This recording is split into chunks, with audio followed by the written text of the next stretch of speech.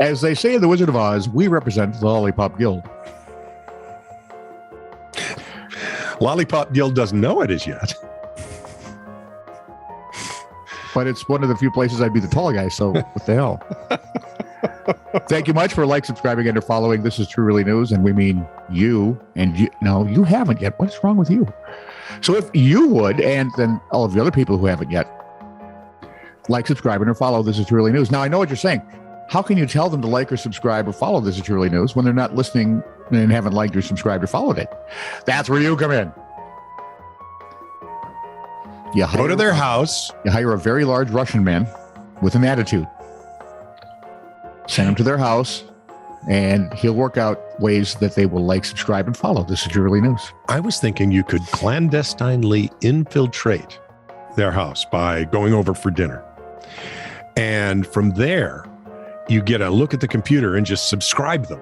You excuse yourself for a minute and go, I must use the restroom. Is it near the computer? And as you walk into the bathroom, you turn on the fan, you peek out the door, no one's watching, you sneak next door into the den, subscribe, and or follow, subscribe, and or follow. Then you send out invitations to subscribe, follow to their entire contact list. I love this. We're in Lake Flint. Best plan I've ever seen. And remember, you didn't hear it here first. Or ever, really. This is True Really News with Scott Combs and Tony Vercanis. All the news you're about to hear is true. Really? As far as you know. People for the Ethical Treatment of Animals has sent a letter to Ham Lake Mayor, Minnesota. Ham Lake, Minnesota Mayor Mike Van Kirk. Go ahead. No, I'm done now. I was going to make a PETA joke, but that was much better. Yes, Mayor Minnesota and back. Can I have your question? Asking that he do what, Tone? Guess what PETA's asking the mayor of Ham Lake to do? Rename the city. Yep. Guess what they want him to call it? I don't know. Carrot Lake? Yam Lake. Is this a family show? Yes. Oh, so I can't say what I want to say. So my mom often said, if you can't say anything good about something, don't say anything at all. But my brain is racing with things to say. And I'm pretty sure I've never strung those exact words together. PETA also offered to deliver candied yams for the town to enjoy if he agrees. PETA included a photo showing that the town's namesake lake, which early settlers thought looked like a ham, more closely resembles a tuber. Or the tuber of a gourd, which is a callback to a story from you had to be there. Don't Google it because I don't know where that would be. Pigs are smart, sensitive, wonderful individuals. So if we have a heart, we'll leave their legs alone and choose yams over hams, says PETA President Ingrid Newkirk. Who apparently needs something to pass the time. I don't think that's her real name. I hope not. PETA envisions a new yam lake that promotes kindness and healthy eating. PETA, whose motto reads in part that animals are not ours to eat, opposes speciesism and a human supremacist worldview. For more information, visit PETA.org or follow the group on Twitter, Facebook, or Instagram. Or you can skip all the intermediate steps and head straight for your nearest mental health professional. Well, you could like them and just go find all of them and see how long it takes them to block you. Here's the deal. Bring a ham sandwich, maybe some bacon and eggs would be good. A ham is not an apex predator. There are things that live off of pigs. Yeah. We're not the only ones. No. Pigs are such magical animals. I mean, think of it. What God builds one animal and calls it the pig. And from it, we get pork roast, pork loin, ham, bacon. There. Those are the two I like. I mean, if it comes from a pig, I'll try it. Tone.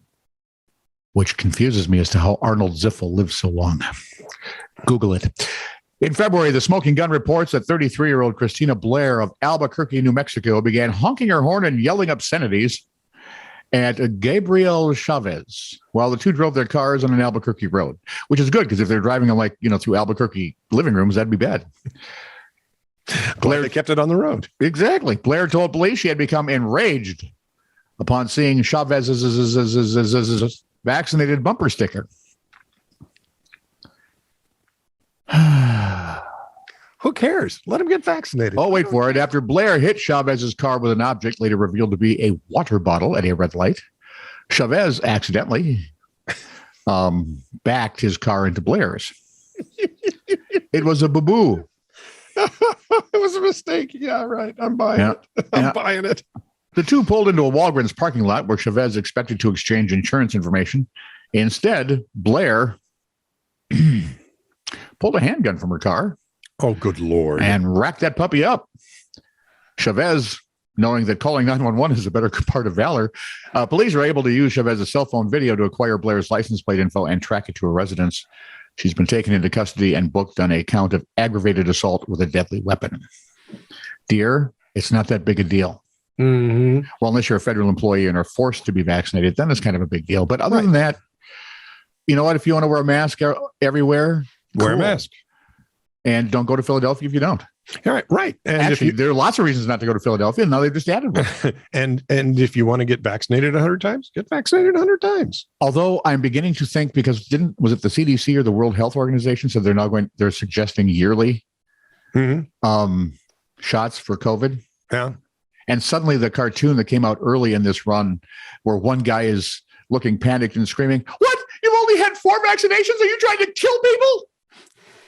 Doesn't seem as funny anymore, does it? So I figured out the average length of a conspiracy now, from conspiracy to truth, is about 3 months. 5 on the outside. Police blotter. Oh, no. Hang on, let me look. Yep. These all happened. Where the heck? I got this all jumbled up. Okay, I'm going to start here and then go to there. 2:08 p.m. A man attempted to pepper spray a fellow citizen after threatening to run him over. 2:49 p.m. Someone reported a car speeding through traffic in order for the driver to flip them off and tell them to go home because they had California license plates. I think that's good. Go home. 3:01 p.m. A semi pulling a large boat was stuck in a roundabout. Is there video? There should be video. I do love this idea. 3:23 p.m. 7 or 8 cows were loose. 7 or 8? Yep. That 8th cow's tricky. He was kind of 8:55 p.m. Well, it depends on whether Tuesday is an even or odd day. 8:55 p.m. No. 5:27 p.m. A woman called 911, asked, "What's your problem?" and hung up. 7:29 p.m. Wait. What was their problem? They don't know. A woman at 7:29 was furious that a child was eating pizza with her parents in a well-known bar in town. Okay, the child was eating pizza with the annoyed person's parents, or with their own parents? Or their own parents. Okay.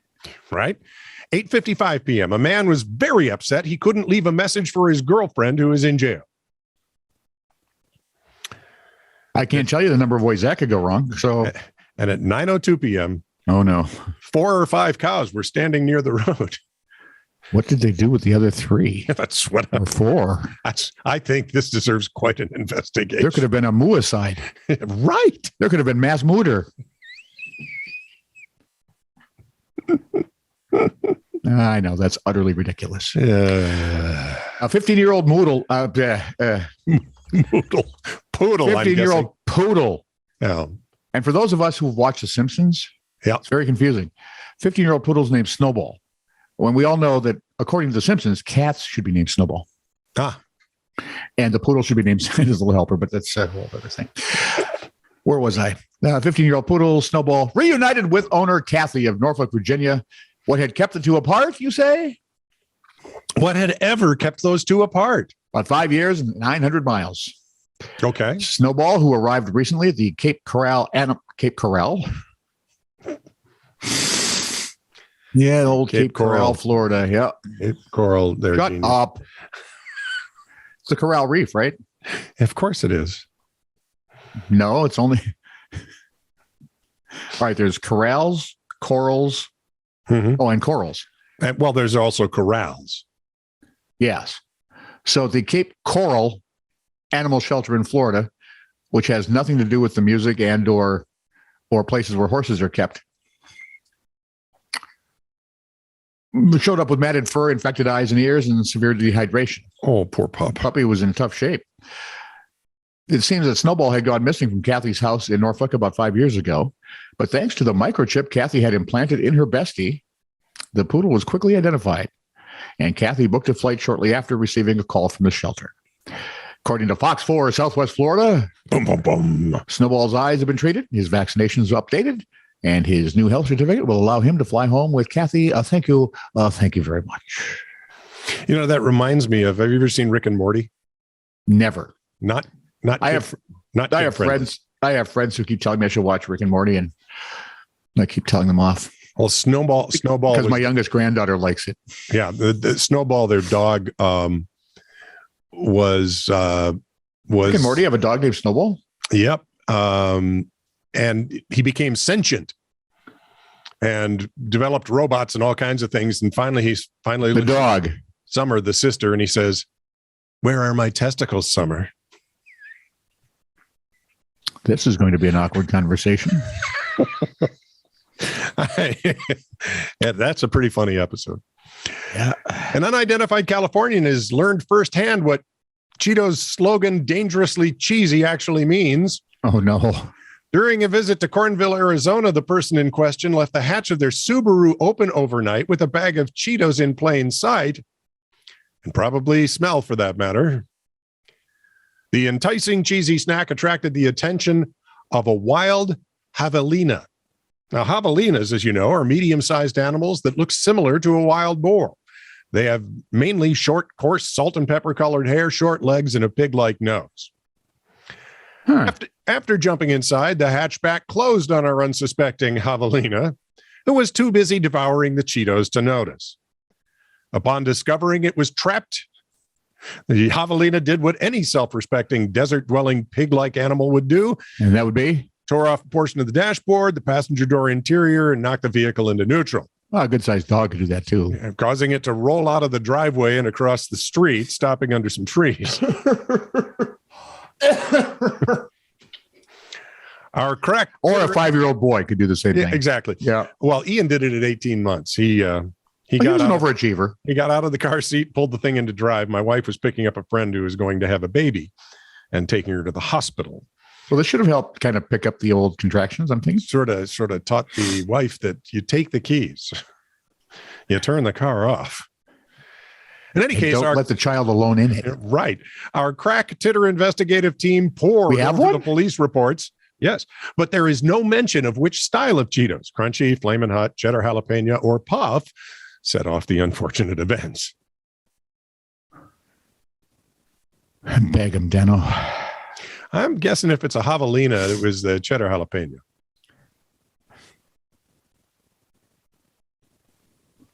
Can we be done? No.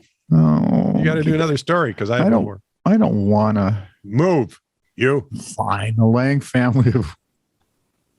I can't do that again. The Lang family of Whidbey Island Station in Washington owns, count them now, 5 horses. 5 of them. On March 2nd, only 4 could be found. Now, I knew we'd have trouble with the math. The family began a search, discovered that Blaze, the missing horse, was in deep trouble. 15-foot deep trouble, to be precise. He had broken through a barrier by 10 o'clock that morning and fallen down a concrete well. Oh. So now it would be Lassie running and going, Timmy, the horse is in the well. Right? Call Roy. At which point Mr. Ed goes, Wilbur. Google it. Rescue workers from the Whidbey Island Naval Air Station dropped in, sedated said horse, and North Whidbey and Central Whidbey Fire and Rescue were able to get a harness around Blaze and lift all 2,000 pounds of the equine out of the hold using an excavator from a neighbor's farm. Why wasn't he named Giganto? 2,000 pounds is not that big for It's a ton is a lot of horse, no matter how you dice. So yeah, but not if it's one of those big like farm workhorses, like the Belgians or the the Clydesdales, Germans or the Clydesdales, Percherons, angry French ones. Snooty French ones. That's exact. Angry, snooty French ones. There you go. Where was I? 2,000 pounds got him out. Neighbor's excavator. Thank you. Blaze received an IV and was treated for a few minor cuts, but otherwise was unhurt in the incident. He said he doesn't know what happened. Owner Carl Lang told King TV5 that if he had gone down any other way, he wouldn't be alive. Luckily, he went down horse's patoot first. Talk about ass backwards. This is true, really news. Send email to TiTR@netradio.network.